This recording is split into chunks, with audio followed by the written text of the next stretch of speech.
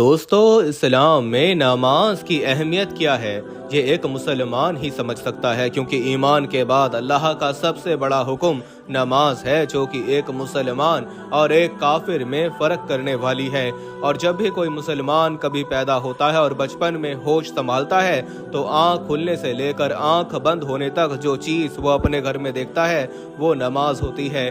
ہر بالغ شخص، مرد اور عورت نماز کی فکر کرتا ہے اور نماز کو ادا کرنے کے لیے اہتمام کیا جاتا ہے۔ نماز کو حضور نبی کریم صلی اللہ علیہ وسلم نے اپنی آنکھوں کی ٹھنڈک قرار دیا ہے، اور اسی نماز کو مومن کی معراج کہا گیا ہے۔ اگر نماز کی ایک مثال لی جائے تو یہ یوں بیان کی جائے گی کہ نماز دراصل دین اسلام میں سر کی حیثیت رکھتی ہے۔ جس طرح انسانی جسم میں، انسانی بدن میں سر کی حیثیت ہوتی ہے، اسی طرح نماز کی حیثیت دین اسلام میں ہے، اور اس کے تمام ارکان کے لیے نماز سر کا کردار ادا کرتی ہے۔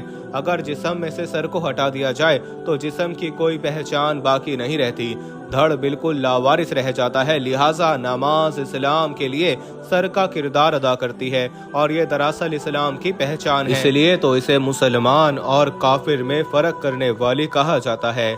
دوستو، نماز کی اہمیت کیا ہے، اور اس حوالے سے آج ایک ایسا واقعہ اور ایک ایسی کہانی آپ کے سامنے پیش کی جائے گی جس میں ایک لڑکی نے نماز کا مذاق بنانے کی کوشش کی۔ اس مذاق کی اس لڑکی کو کیا سزا ملی، اس پر اللہ کا کیا عذاب نازل ہوا، اور کس طرح سے وہ ذلیل اور رسوا ہوئی، اور یہی نہیں بلکہ اس کی رسوائی کو ایک ہی وقت میں لاکھوں لوگوں نے بھی دیکھا ہے۔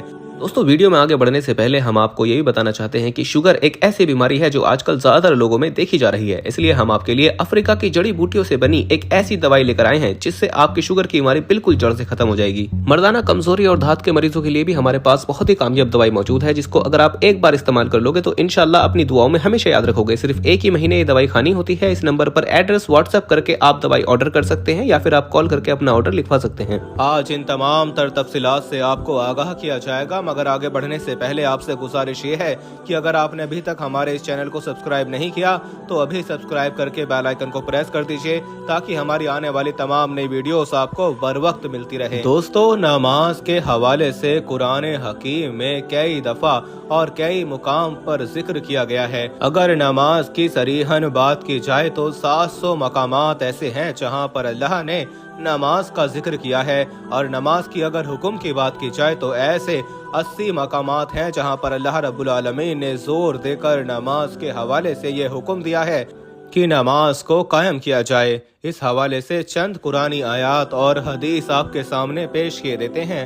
سورہ بقرہ کی آیت نمبر 43 کا ترجمہ یہ ہے کہ اللہ رب العالمین فرماتے ہیں، اور نماز قائم رکھو اور زکوٰۃ دیا کرو اور رکوع کرنے والوں کے ساتھ مل کر رکوع کیا کرو۔ پھر اللہ رب العالمین کا ارشاد ربانی ہوتا ہے۔ ایک اور جگہ ارشاد ہوا کہ بے شک میں ہی اللہ ہوں، میرے سوا کوئی معبود نہیں، تو تم میری عبادت کیا کرو اور میری یاد کی خاطر نماز قائم کرو۔ یوں دوستو، قرآن کریم میں نماز کے حوالے سے جو اللہ نے دیگر مقامات پر بھی حکم فرمائے ہیں اس کی تفصیلات آپ کو اب بتا دی گئی ہے۔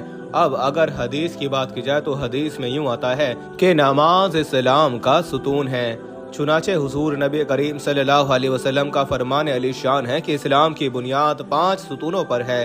سب سے اول کلمہ کی گواہی دینا، یعنی یہ گواہی دینا کہ اللہ ایک ہے اور نبی کریم صلی اللہ علیہ وسلم اس کے رسول ہیں، یوں کہ اللہ رب العالمین کے سوا کوئی معبود نہیں اور کوئی عبادت کے لائق نہیں، اور نبی کریم صلی اللہ علیہ وسلم اللہ کے آخری نبی ہیں۔ اس کے بعد نماز قائم کرنا، زکوٰۃ عطا کرنا، حج کرنا اور رمضان کے روزے رکھنا، یہ تمام اسلام کے 5 بنیادی ستون ہیں۔ یہ 5 ارکین اگر پورے ہوں تو ایمان کی عمارت کھڑی ہوتی ہے، اور یہی 5 ارکین دراصل ایمان کے بڑے اصول ہیں۔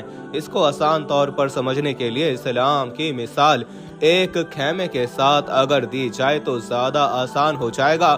یوں سمجھے کہ اسلام ایک خیمہ ہے جو کہ 5 لکڑیوں پر کھڑا ہے، جس میں کلمہ شہادت درمیان کی لکڑی ہے، جس میں انسان یہ گواہی دیتا ہے کہ اللہ رب العالمین کے سوا کوئی عبادت کے لائق نہیں، کوئی معبود نہیں، اور نبی کریم صلی اللہ علیہ وسلم اس کے بندے اور آخری رسول ہیں۔ اس کے بعد دیگر تمام ارکان، نماز، روزہ، زکوٰۃ اور حج،